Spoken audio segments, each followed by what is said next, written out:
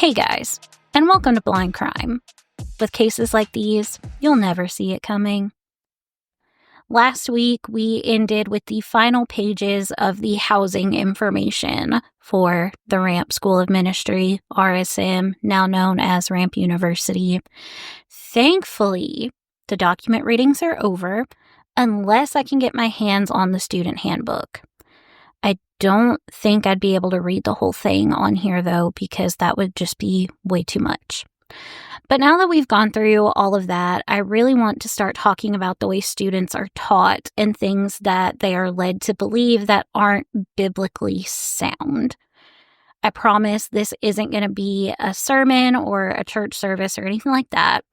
While I will comment on how I believe now, I'm not trying to preach to you. My hope, though, is that if you do believe some of these things, maybe it will encourage you to take a deeper look at what the Bible actually says about them. I'm not going to try to convert your beliefs, but I do think it's always a good idea to dig deep into what you believe and ask yourself why. Why do I believe this is right or wrong? Why do I think that this is okay and this isn't? Why do I believe X, Y, and Z, but not 9, 10, and 11? It was the kind of questioning that began to open my eyes and my heart and dig deeper into the Bible than I ever have before. In doing so, I was able to truly deconstruct my faith, but then rebuild it back up on biblical truth. I will also say that in this episode, you are going to hear a lot of my personal story and how these beliefs from the ramp affected me throughout my life since I've left, and kind of what happened as my turning point. So this is going to be my story. And I know a lot of you are probably asking, what does this have to do with crime? What does this have to do with crime?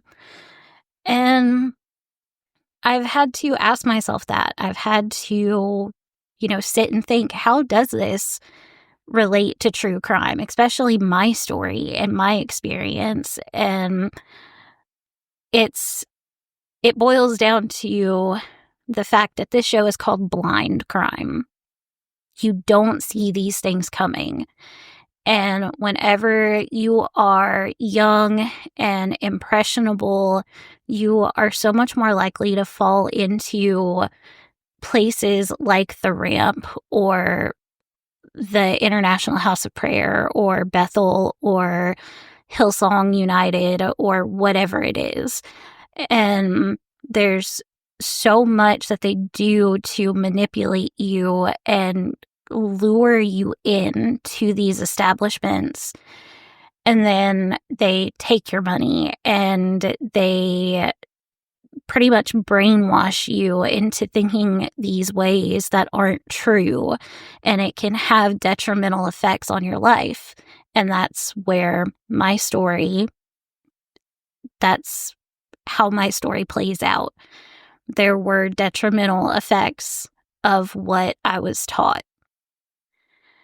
I can say that I am thankful that all that I walked away from was with these misguided beliefs, whereas other people walked away with trauma and events that changed their lives forever. And we'll start to talk about that at some point, but for now, we're really just going to dig into the more cult-like teachings and why places like this should not be allowed to exist, in my opinion.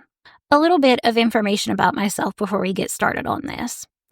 I am what I consider non-denominational.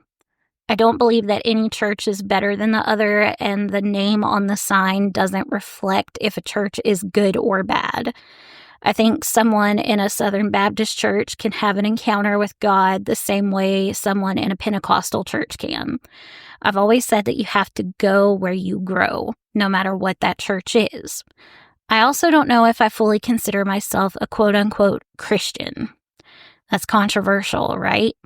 So let me explain. In the Bible, the word Christian, I think, is used twice. Instead, when Jesus spoke to his followers, he called them his disciples and told them to make disciples. Disciples and Christians are two very different things. A Christian has asked God into their hearts to save them, and a disciple has done that as well, but is also a student of the Word of God. So you know how people will say, I'm a Christian, but then act like they've never been to church before in their life. I'm not saying that's how all Christians are, but on a deeper level, I personally see myself more of a disciple. Or simply put, I'm a Jesus lover, a Jesus follower, a Bible believer. I've been saved. I believe Jesus is the Son of God and that he died for my sins. And I believe that because of that, I will spend eternity in heaven with God. With all that being said, I don't denounce Christianity as a whole or anything. And I'm not saying if you call yourself a Christian and not a disciple, you're going to burn in hell. This is just my personal look on my own personal relationship with God, and it took me a long time to get there. There are some things that we're going to talk about in this episode that I've talked about before, like the subject of healing, and I think that's where we're going to start today. One of the first things I remember saying whenever I went to RSM was, I might be going to the ramp as a diabetic, but I'm not coming back as one. Guess what? I'm still a diabetic.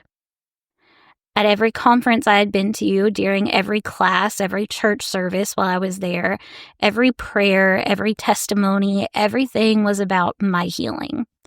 I had people call me on the phone saying, God told me that he's going to heal you, Tess. And I always believed it. I've believed it until I didn't. But we'll get to that. We talked about the medical form you had to sign in the application saying that you would take your medications and whatnot, but we were told to walk out our healing, and if we just had enough faith, God would heal us. We were made to feel like if we didn't just trust God enough to heal us, that we didn't have faith. We needed to reach out and touch his garment like the woman with the issue of blood. Have faith the size of a mustard seed. Believe that by his stripes we are healed. People would share testimonies about stopping their medications and how they didn't need their asthma inhalers anymore, or they were able to stop taking their ADHD medications. After one conference weekend, I felt like I needed to throw away all of my diabetic supplies and just live life as someone with a fully functioning pancreas. Thankfully, I had an aunt who begged me not to do that, and I will forever be thankful for that. I barely took my insulin like I should have, though. I rarely checked my blood sugar. I didn't do anything I should have to keep myself healthy. Then I would get mad at God when I did have a high blood sugar or a bad A1C, which is your average blood sugar over a 3-month period. And as time went on, I still held on to that belief that if I just had enough faith, God would heal me. Up until 2018, when I was diagnosed with diabetic eye disease. I was told that I was going to go blind and there was nothing that could be done. If we did the usual treatment plan, my retinas would detach, so either way, I'd lose my vision. In that moment, my belief that God would heal me broke. My faith broke. My beliefs broke. How could I believe in a God that allowed this to happen to me when all I wanted to do was serve him? I did everything right. I lived a good life. I went to ministry school. I wasn't a bad person. Yes, I had sinned. Yes, I had made mistakes, but as a whole, I was good. So why was God punishing me like this? Because it was a punishment. Sickness means sin, and sin is punishment, so God was punishing me by taking my vision away. Is this because I watched Game of Thrones? Is it because I didn't obey the rules of the entertainment that I agreed to whenever I was at the ramp? I had never watched actual porn before, but still, Game of Thrones is close enough, I guess. But I had a calling. I was different. And I knew other people who had watched actual porn, and they had perfect vision. So why wasn't I being healed? If forgiveness is 70 times 7, then what is sickness as a punishment? And for the next 6 years, I couldn't believe in anything. Whenever I couldn't see, I would fall to the floor and just weep, begging God, who I wasn't so sure was even real, to heal me. I went back to the ramps teaching, speaking over my eyes and declaring healing and trying to walk out my healing. I wanted to believe, but I couldn't. And then I felt guilty because I didn't have faith. I was using doctors and medicine, so obviously I was going to be blind forever, and my faith was in man, not in God. And then I had my first low blood sugar. That resulted in a seizure since I was too young to remember. That was another notch in the post. Then I became so anxious and depressed that I didn't want to be alive. Another notch. Another reason to doubt. I was at the end of my rope in February of 2022 when I had 9 panic attacks in less than a week's time. I knew if something didn't change, I would not be around for another year. In my weakness, I fell to my knees and I said, God, if you are real, if you are really real, save me. Not just my soul, but save my life. Because if you don't, I am going to end it. And everything changed. In that moment, I felt, for the first time, I think, in my life, the overwhelming love and peace of God. And since then, I have broken down everything, and I mean everything. I have been taught about healing and sickness and sin and God, and I compared it to what the Bible actually says. The only thing that hasn't changed is my belief that Jesus is the Son of God and that he died on the cross. Everything else was completely uprooted and replanted, and now I feel like I have a foundation that cannot be shaken. That isn't to say that hard times haven't come and I haven't struggled. 2024 was another year of my faith being tested. I developed PTSD and even more severe anxiety. My eyes bled even more than they had in the year before. My husband's best friend of nearly 20 years lost his life, leaving us with holes in our hearts that we will never be able to fill. We lost both of our vehicles back to back in less than a month's time, and that's just the worst parts. Every single month of 2024, something happened and something shook us. And by the end of the year, I was beyond my wits' end and I completely shut down, which is why the podcast shut down towards the end of the year. Now I'm in this phase of my life where I'm trying to find balance between who I am and how to be me while still being a light. But that's a story for a different podcast. So, as you can probably tell from that part of my life, the teachings of one topic at the ramp that weren't really true almost caused me to lose my faith completely, and subsequently could have been the reason behind my suicide if I had let it be. I've since learned that while God does heal, the healing talked about in the book of Isaiah, a verse that is again repeated in the New Testament, by his stripes we are healed, is talking about our spiritual healing, not the physical. I absolutely believe that God can heal our physical bodies, but I also believe that healing can come in so many ways, whether that be by a miracle from God Himself or through medical intervention, medication, therapy, rehab, whatever it takes. I also believe that medication is sometimes a must. I mean, obviously, I take insulin. That's a medicine. I also take medicine for high blood pressure, and I'm on antidepressants, and I have vitamin deficiencies and take supplements. I take these things to all keep me healthy and alive. And while I'm not cured because of these medications or from going to therapy, I'm alive and I'm healthier now than I've ever been, not just physically, but spiritually. My mental health is still in the trash, but hey, we all can't be perfect, you know? If a church or a ministry or a school tells you or makes you feel like you should stop taking medications that keep you alive, leave. Just leave. Don't question it. Just go. Run as far as you possibly can. Even one of the disciples was a doctor.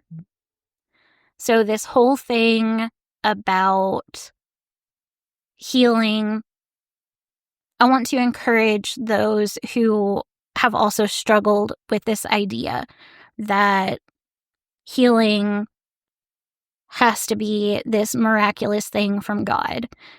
Modern medicine is a miracle. Just think about it for a minute. 100 years ago, type 1 diabetics didn't have insulin pumps or plastic syringes or meters to check their blood sugar levels with. They had glass syringes that they had to sterilize in between each use and had to resharpen the needles on. They had insulin that came directly from pigs. They had no real way of checking what their blood glucose levels were other than to simply test their urine for ketones. And if ketones show up in your urine, then you're already on the risk of diabetic ketoacidosis, which can kill you. So the fact that we've gone from that to where we are now, that in itself is a miracle.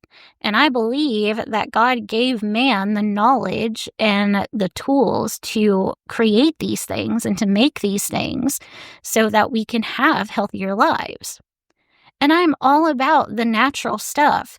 If there is something on this earth that helps you medically, whether that is marijuana or whether it be cinnamon or cucumber water or whatever, if that helps you in your health, by all means, go for it. Doesn't work for me. I go the prescribed medical route.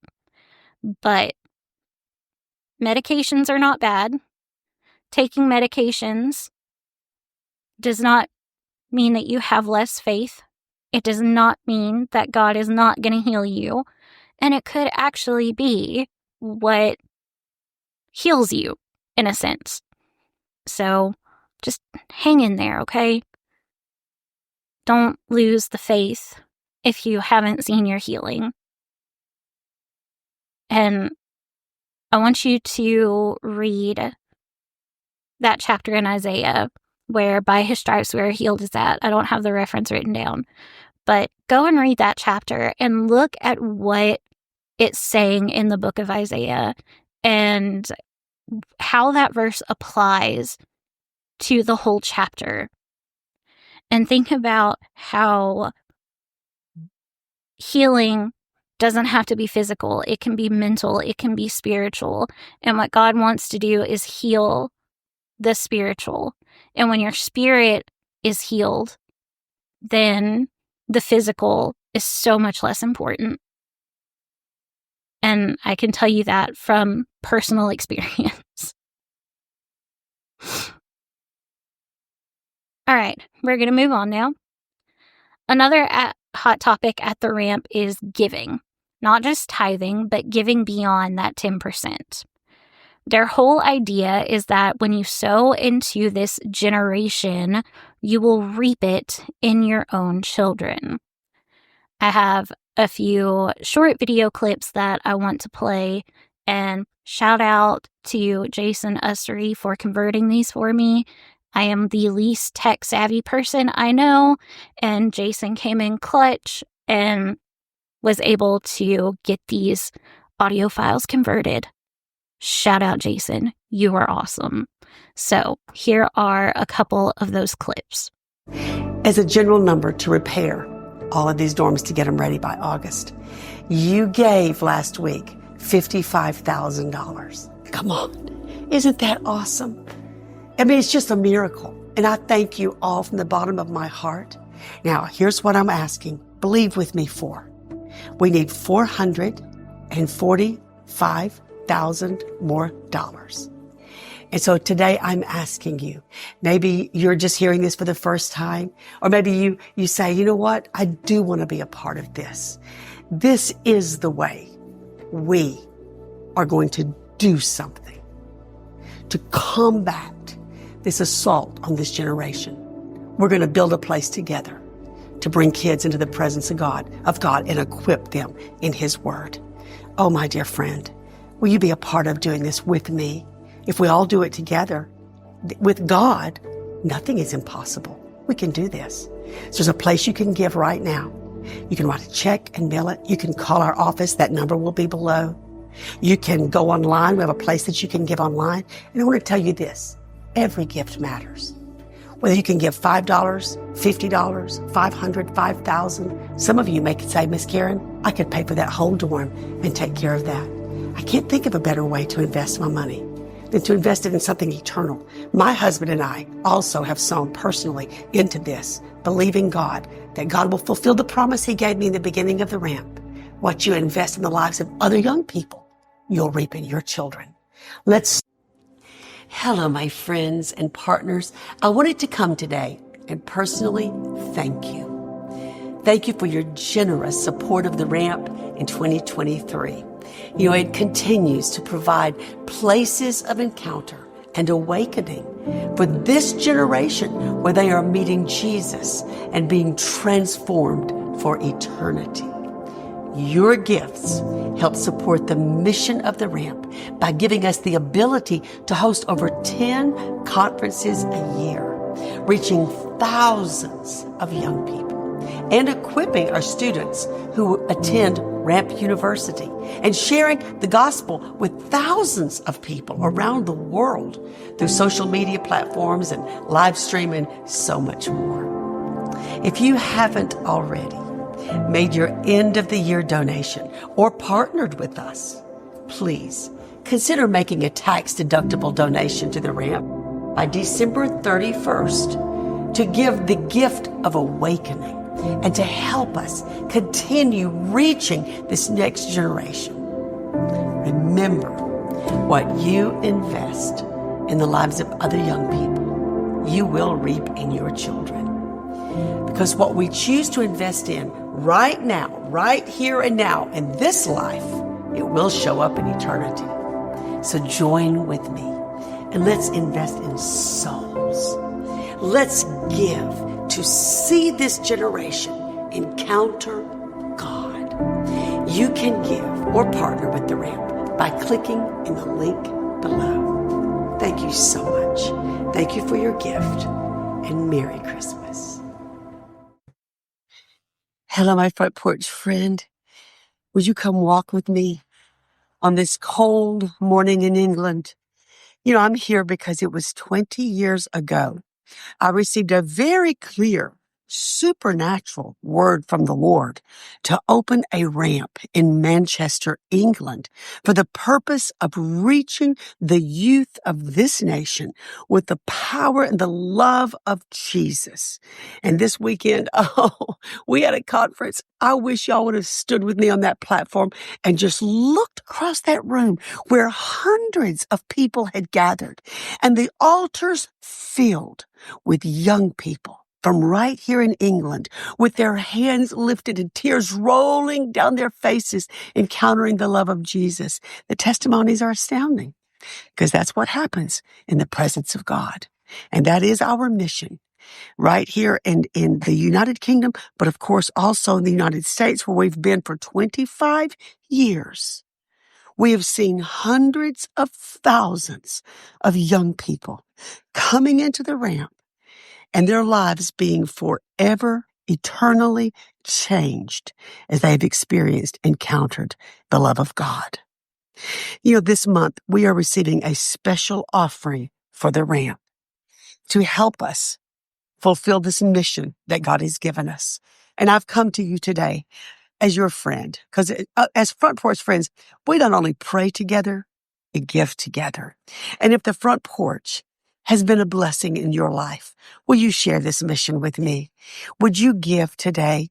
Maybe you can give $5 or 10 or 50 or 100 or maybe even 1,000 or more. The information on how to give will be in the captions above and below what you're watching right now. And I want to thank you from the bottom of my heart. I don't know anything greater to live for than to live for Him and to give our lives for those that He loves so much around the world. Thank you, my sweet friend, for helping me. I look forward to hearing from you, and I'll talk to you soon. Till then, thank you, and bye-bye. All right. So that's kind of an idea of the types of videos that Karen Wheaton will post every now and then. It's not very often. I had to dig through a good amount of videos to find those to get that audio. But the manipulation tactics that are used, if you reap into this generation, then you'll sow in your own children or your own grandchildren. If we're friends, we're not just praying together, we're giving together. If we come together, God can do this amazing thing and make this amazing thing happen. And while that's true, using it as a way to get money is not the right way to go about it. And it's all done on this prefix that these parents and grandparents who watch Karen Wheaton and who know her know that they have children or grandchildren or great-grandchildren or whoever who are not living the quote-unquote Christian life. Maybe they're out, maybe they have teenagers who are out partying all the time. Maybe they have kids who are drug addicts. Maybe they have kids who have, walked away from their marriages or whatever and blah, blah, blah, blah, blah. They're not living the Christian life, basically.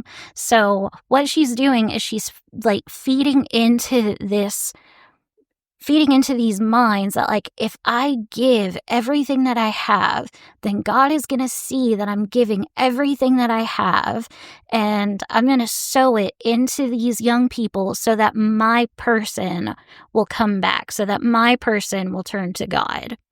And not only is that unbiblical, but it's cruel. It is so cruel for someone to do that, to use your own to use God in any way to manipulate people. That is why I think this is a cult, because of how they use God to influence people and to make people think that if they do things in the name of God, then they're going to be blessed with the salvation of a loved one or the, perfect life or extra finances that come to them.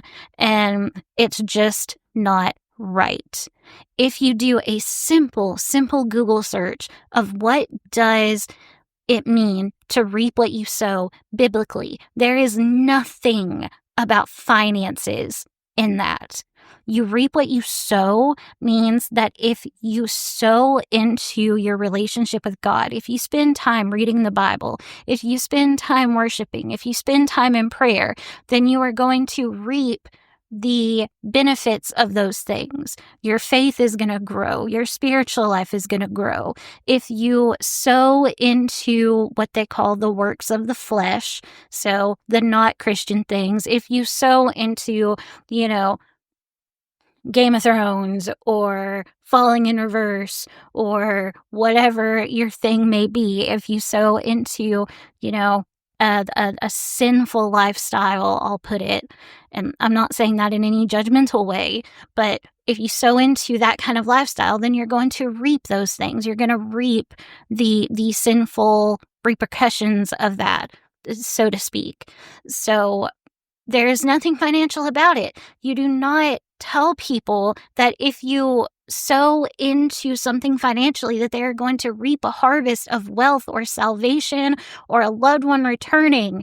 And it makes me so furious. It just, oh my goodness. Sowing money into a ministry is not going to save your kids. It's not going to save your grandkids. It's not going to mean that your neighbors are going to get saved, or that your dog's puppies are going to get saved, or that the tiny parts of the turd you crapped out on your porcelain toilet are going to be saved, okay? That's not how it works.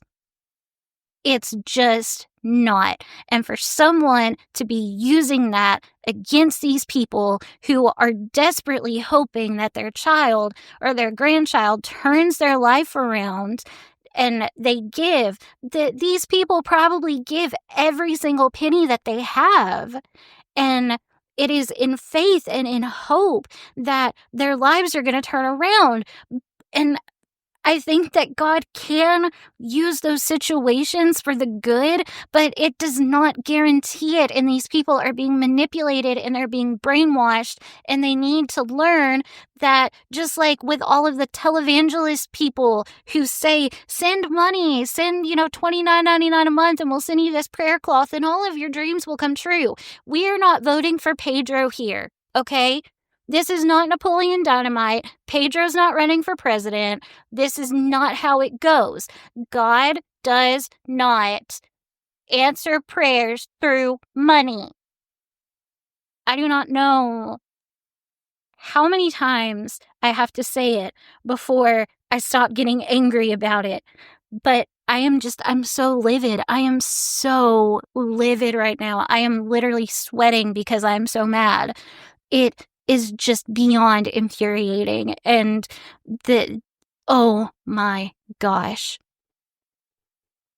I think that tithing is a good thing. I think that tithing is a biblical thing. I don't know if it needs to be that 10% or not, because Old Testament was the law. New Testament is not the law. Old Testament talked about tithing 10%. The way I see it, we go to church.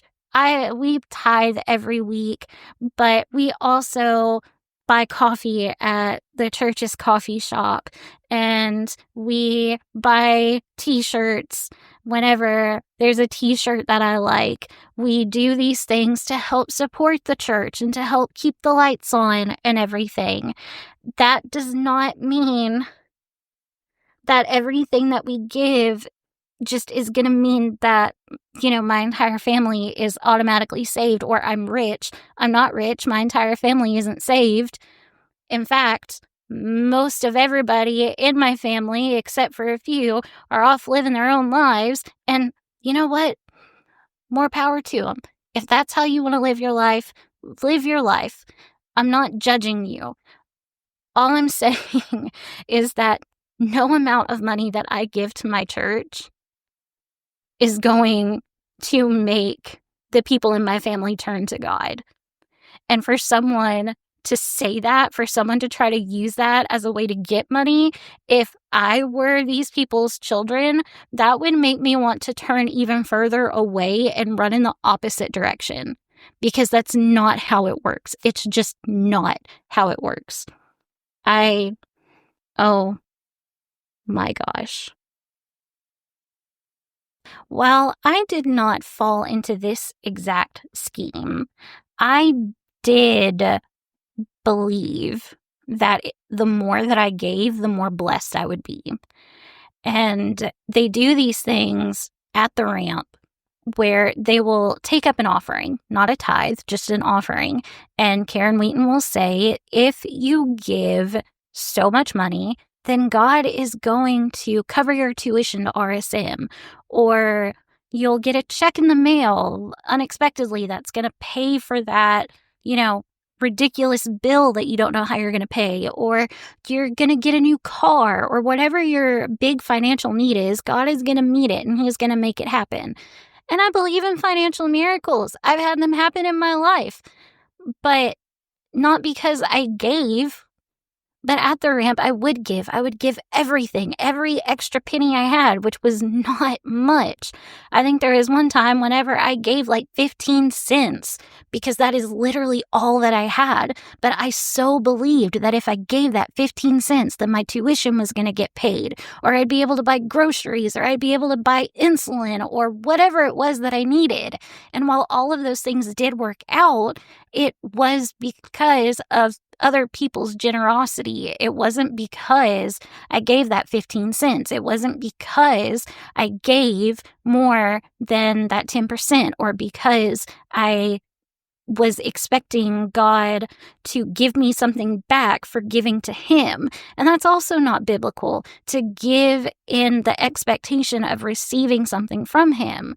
Yes, you should be expectant of God, but you do not give someone a gift on like their birthday and expect them to turn around and give you a gift back when your birthday isn't for another 8 months.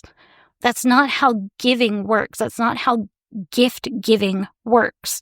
There's nothing biblical about that. And the more I talk about this, just the more and more angry I am. And I'm angry for the people who are falling for this crap. And I'm angry at myself for falling for this crap. And I'm angry that it's gone on for so long. And people are just now starting to speak out about it and talk about it. And it's just wrong. It's so wrong, because these people have been so brainwashed and so manipulated. And we're going to slightly move on a little bit now that I've calmed down some.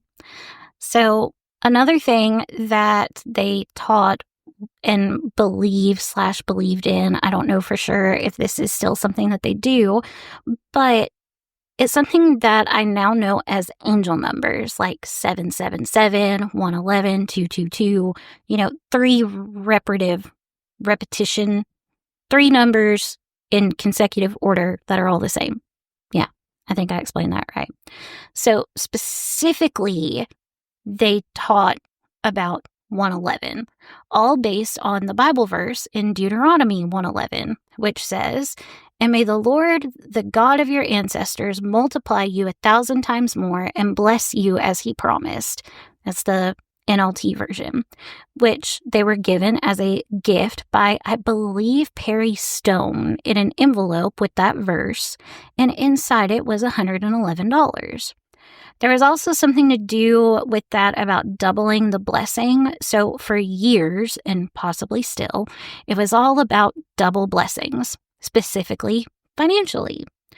On top of that, they would speak and declare financial miracles and blessings like tuition getting paid, random money hitting your bank account, all based on your faith. If your faith was strong enough, you'd get that financial miracle. And let me just say that God does bless us, and that can happen in the financial, but it doesn't always mean the financial. People with more faith than I've ever seen still struggle financially, but their lives are overflowing with other blessings like health and family, a place to live, food to eat, clothes that aren't falling apart, skills and talents like drawing or singing or playing an instrument. Those are all blessings that aren't money. These people have to scrape pennies just to get through the week, but they trust God and God meets their needs. And I've experienced this myself. I may not have gotten a huge lump sum of money, but I have an amazing husband, 4 healthy fur monsters, 10 healthy nieces and nephews, a place to live, food in my kitchen, a warm bed to sleep in, and even though we haven't been able to buy a new car, God provided us with a car to use until we can buy one for ourselves. Those are the blessings that mean the most. And yes, I know you need money, especially in this economy, but money isn't everything. We also had financial blessings, but that was the kindness of people's hearts in a desperate time of need.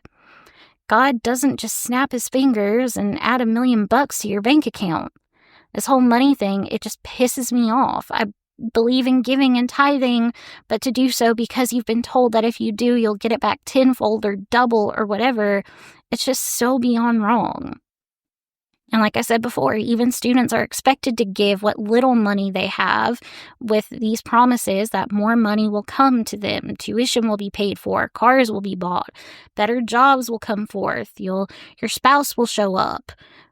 For them to not let the first years date back then, they really push the spouse thing, like dangling a cheeseburger in front of me if I'm walking on a treadmill. You want a husband? You want a husband? Come on. Come get your husband. And then laughing while flailing my arms and tripping over myself to get to my said husband. Fun fact, my husband has zero association with the ramp. I actually met him before I ever went to the ramp, and we didn't start dating until a year after I came back home, although we did end up living in Alabama at the same time in pretty close proximity to one another, but that's not the point. The point is that the ramp uses promises of good things to you if you give them money, and that's just not how God works. Televangelists are the same way. You send them $5,000 and they'll give you a prayer cloth that will without a doubt be the answer to all your prayers you've been praying, and you'll get $10,000 back in due time. Now, all of this ties into what is widely known as the prosperity gospel, or the name it and claim it gospel. This is essentially when you say that you want something in faith and believe that God is going to give it to you. Money, nice cars, a nice house, a hot spouse, good kids, whatever you want. It's loosely based off of the verse in Psalms that says, "Ask for anything in my name, and the Lord your God will give you the desires of your heart." And also in Jeremiah 29:11, "For I know the plans I have for you, says the Lord, plans for good and not for disaster, to give you a future and a hope." Those are both the NLT version, but some translations say not to destroy you, but to prosper you. There's also this belief that God does want us to be happy, and while he doesn't want us to be miserable, there's no guarantee in salvation of happiness, at least not all the time. That's just unrealistic thinking.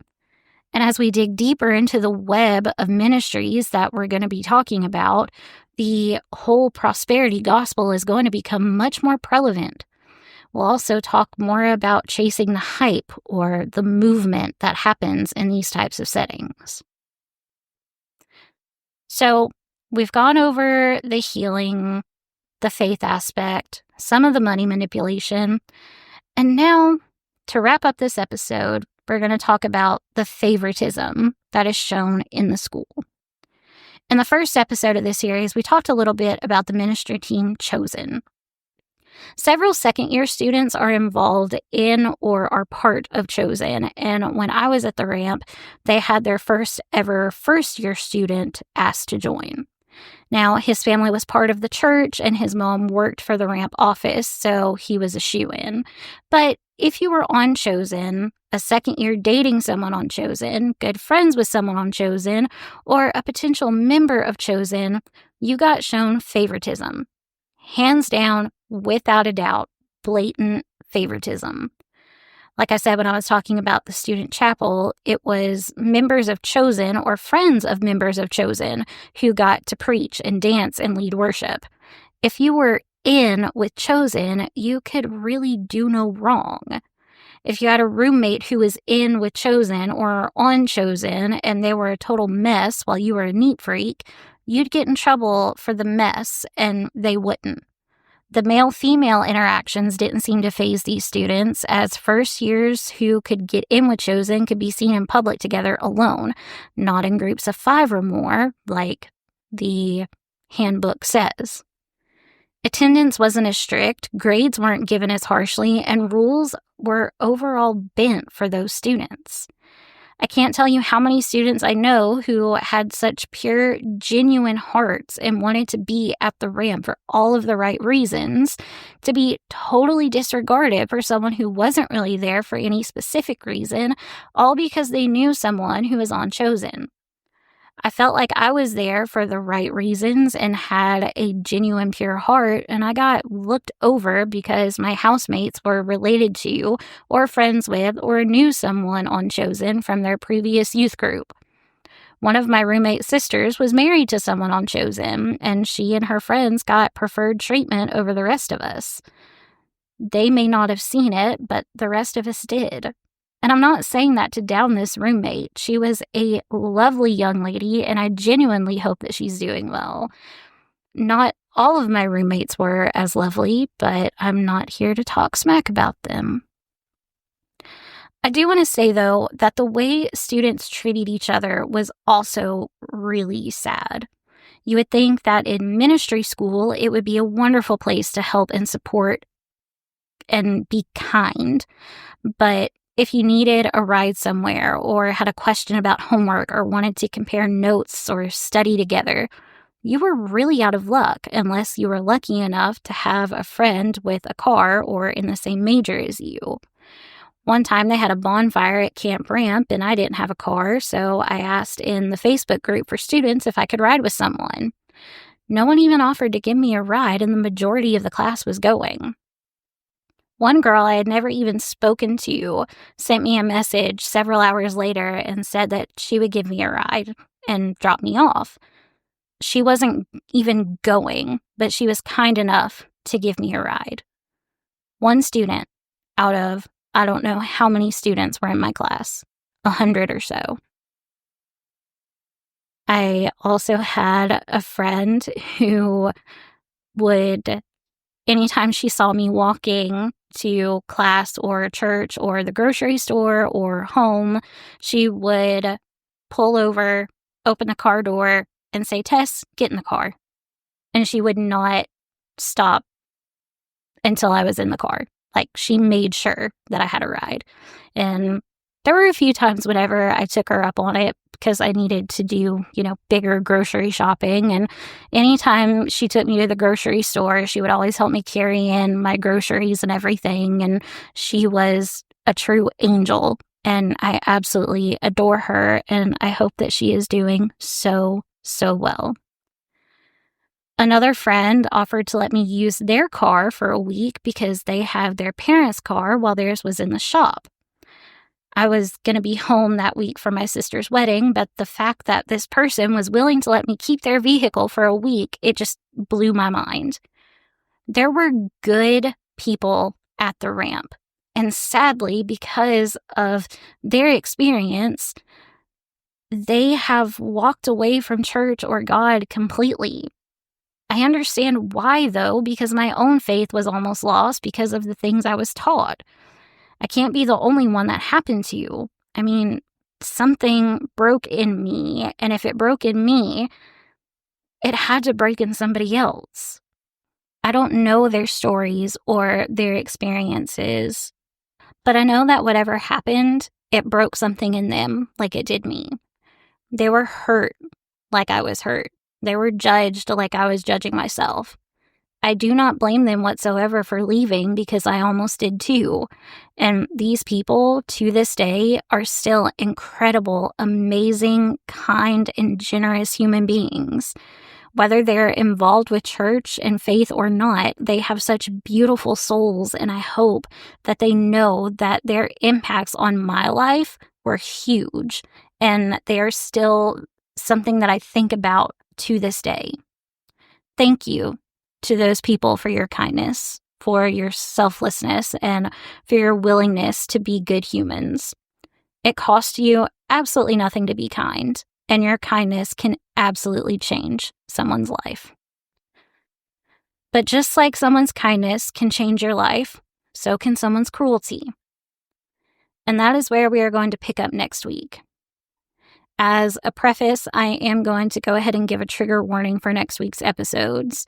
It is going to involve the topic of sexual abuse, grooming, and victim blaming, so please listen at your own discretion. Thank you all so much for listening to this week's episode and for all of your support in the series. It has been challenging and scary, and I've questioned it, but the support I've received has outweighed the uncertainty by a long shot. Before we end this episode, I want to give another huge shout out to Jason Usry for converting those audio clips for me. And if you aren't already, please go subscribe to Jason's podcasts. He has several. His most recent is Inconceivable, the story of Temujin Kensu. That case is absolutely wild. Temujin's story is one that will rock you. The murder of Scott Macklem is one that was so unfair and so wrong.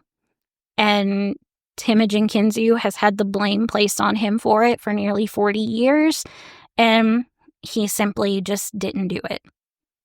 Jason also has a podcast called Missing in a Moment and Santa May Be a Criminal. So I will link the Apple links to his shows in the description, but they will also be available on Spotify, or they are available on Spotify. All right, guys, if you haven't already, please hit that subscribe button and feel free to leave me a 5-star review because you know that really helps your girl out. That's all I've got for this week. So until next time, keep your eyes open.